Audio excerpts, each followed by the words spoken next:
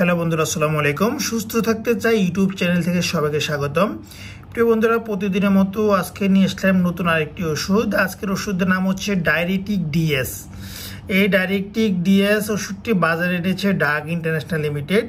প্রিয় বন্ধুরা, এখন আমরা এই ওষুধটি সম্পর্কে আলোচনা করব।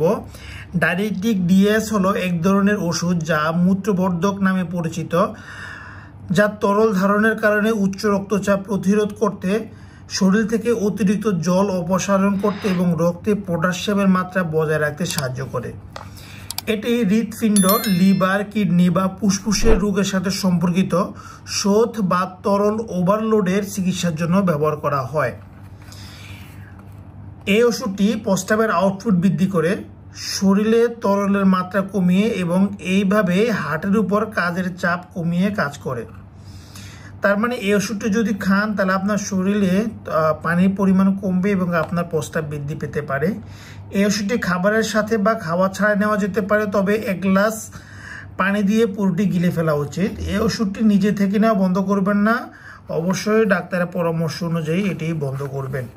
মূল কথা হলো, এই ওষুধটি এসেনশিয়াল উচ্চ রক্তচাপ, হার্ট ফেইলিওর, লিভার সিরোসিস এবং পেটে পানি জমে যাওয়া, শরীরে পানি জমে ফুলে যাওয়া, হাইপার অ্যালডোস্টেরনিজম ইত্যাদি ক্ষেত্রে ব্যবহার করা যাবে এবং নিম্ন পটাশিয়ামের মাত্রার জন্য এটি ব্যবহার করা হয়।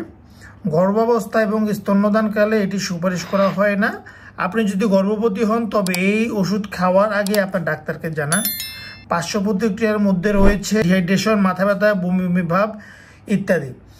এবং আপনি যদি আপনার সন্তানকে বুকের দুধ খাওয়ান তাহলে এই ওষুধ খাওয়ার আগে আপনার ডাক্তারের সাথে পরামর্শ করুন। যদি আপনার ডাক্তার বলে তাহলে আপনার সন্তানকে বুকের দুধ খাওয়ানোর সময় এটি সেবন করতে পারবেন। এটি অবশ্যই 30 ডিগ্রি সেলসিয়াস তাপমাত্রার নিচে সংরক্ষণ করবেন, আলো এবং আর্দ্রতা থেকে দূরে রাখবেন, শিশুদের নাগালের বাইরে রাখবেন। ধন্যবাদ বন্ধুরা। এই ভিডিওটি দেখে আপনি কোনো ওষুধ সেবন করবেন না, এটি শুধুমাত্র তথ্য প্রদানের উদ্দেশ্যে ভিডিওটি তৈরি করা হয়েছে। অবশ্যই ডাক্তারের পরামর্শ অনুযায়ী ওষুধ সেবন করবেন। ধন্যবাদ বন্ধুরা। যদি ভিডিওটি ভালো লাগে অবশ্যই ভিডিওটি শেয়ার করতে ভুলবেন না। আর যদি আমাদের সুস্থ থাকতে চাই ইউটিউব চ্যানেলটি আপনি এখনও সাবস্ক্রাইব না করেন তাহলে আপনি আমাদের চ্যানেলটি এখনই সাবস্ক্রাইব করুন, যেন আপনি প্রতিদিন নতুন নতুন ভিডিওগুলো পেয়ে যান।